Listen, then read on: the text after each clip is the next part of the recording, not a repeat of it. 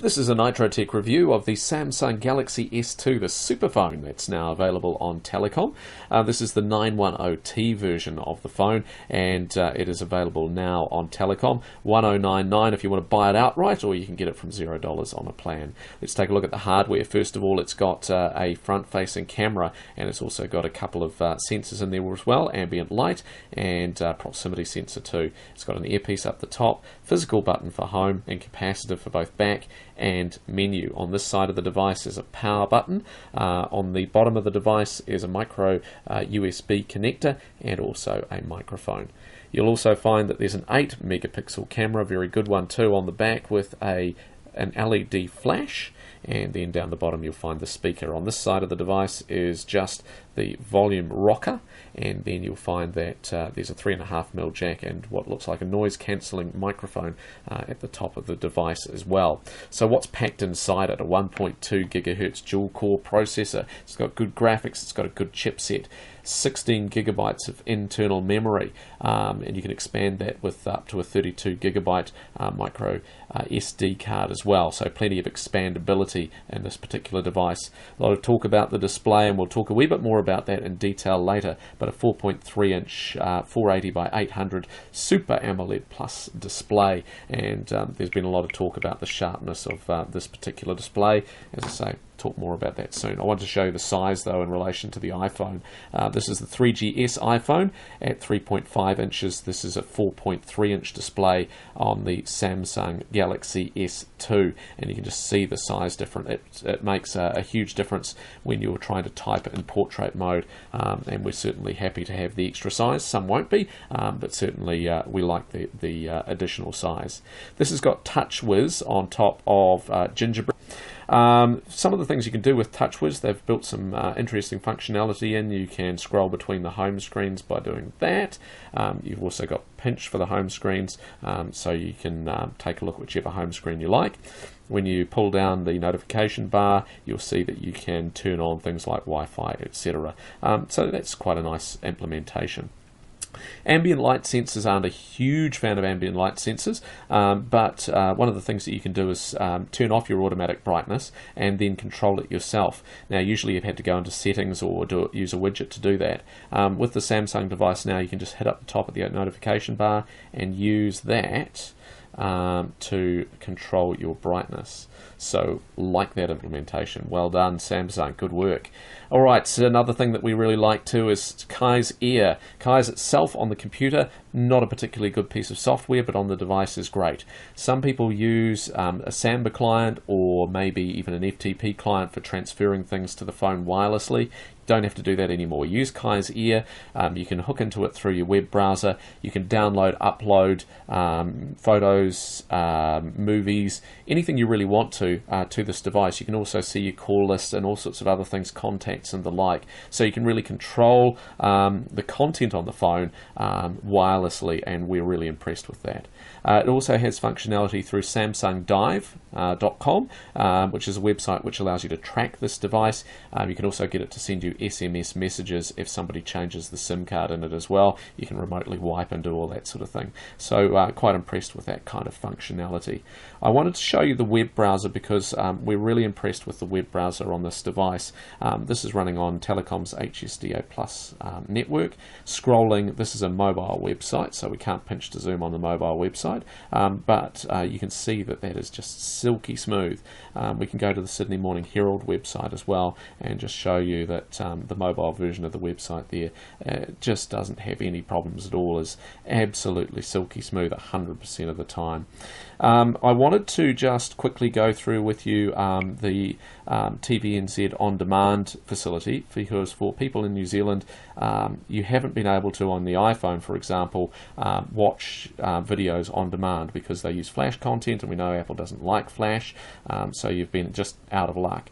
And I hope that you can see there that pinch to zoom is absolutely smooth as silk. We'll hit the button here to bring up a Flash video and just quickly show you a little bit about how this works in reality. So hit the button. This is on-demand Flash. I've just turned it to on-demand. You can turn it on so it's on there all the time, but that'll download all your ads as well. and it'll just take a wee bit to buffer because we are on the mobile network, let's remember.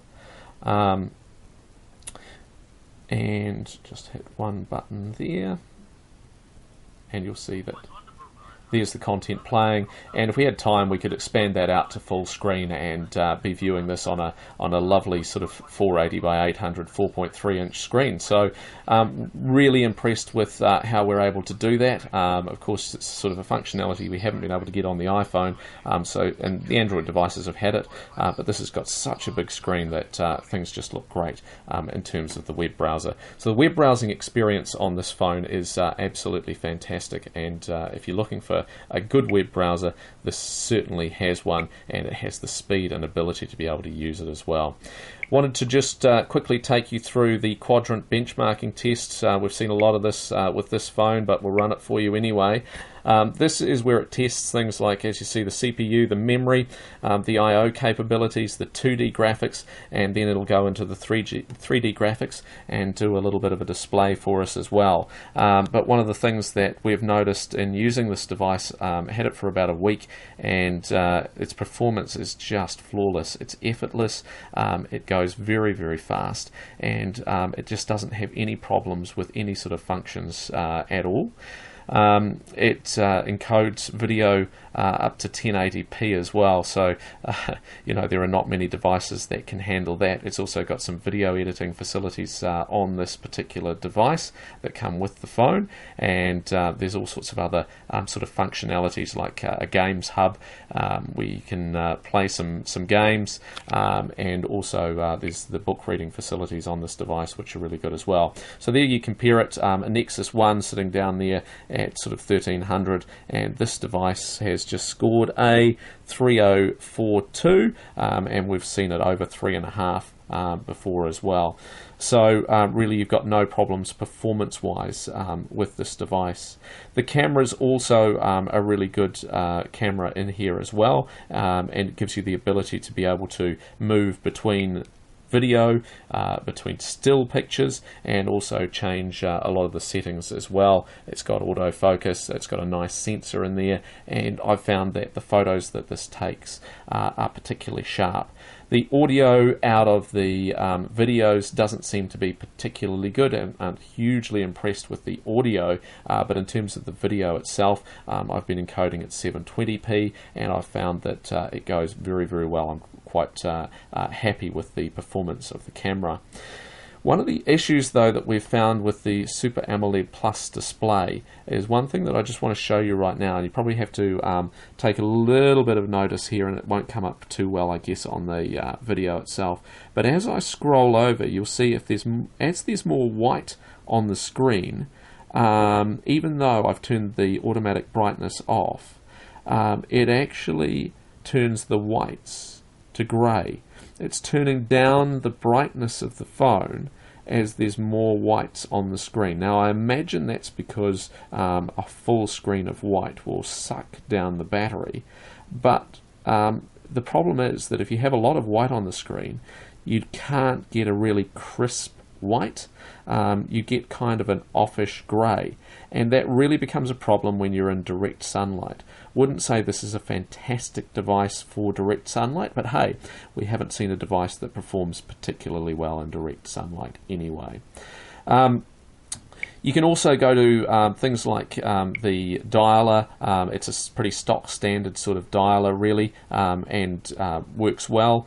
The market itself is the stock standard Android market, and you can download the applications. You shouldn't have any problems getting onto any of the applications with the size and speed of this device. So you've really got the world in your hands. The music player we weren't 100% happy with, and the reason being that I've encoded all of my files as AAC Plus format, and it wouldn't pull through the ID3 tags on those devices, so still looking into why that happens to be. I will just run through one final test for you, and that's just around the speed test of the HSD HSDA Plus network here in Rotorua, and it's a bit of a mixed bag. Sometimes you get good ones, sometimes you don't. But it does have HSDA Plus capabilities, and we have seen this device performing up to kind of 13 megabits per second. We've also seen it be around about that kind of 4 to 5 as well. So it looks like this is going to peak out at just under 5 megabits a second. 4638, so you know, not a hugely great test. It is telling us it's on HSDA Plus. So in reality, you can get some really good speeds, but obviously network conditions really dictate what you're going to get at any particular time. So all in all, what do we think of the device? Well, I'm really impressed with it. I'm not hugely impressed with the screen. I know a lot of people talk and rave about the Super AMOLED Plus screen, but the reality is that when you've got the brightness turned up, the reds and the greens particularly seem to blow out to become almost neon in colour, and that makes some of the photos that you're viewing a little bit off. And also the fact that we can't get a pure white when we've got a lot of white on the screen doesn't make us hugely impressed as well. Everything else on the device though is top notch. Really impressed with how thin the device is, really impressed with how light the device is, and all of its capabilities inside here are absolutely amazing. So as long as you can get past the whole screen scenario, and remember this is only me talking about the screen, a lot of people do rave about the Super AMOLED Plus screens, so I would suggest that you go in and try it. It's available of course on Telecom, and you can get it from $0, or if you want to pay for it outright, $1099 is what it's going for at the moment. It is the Samsung Galaxy S2. Get in store and have a look at it today.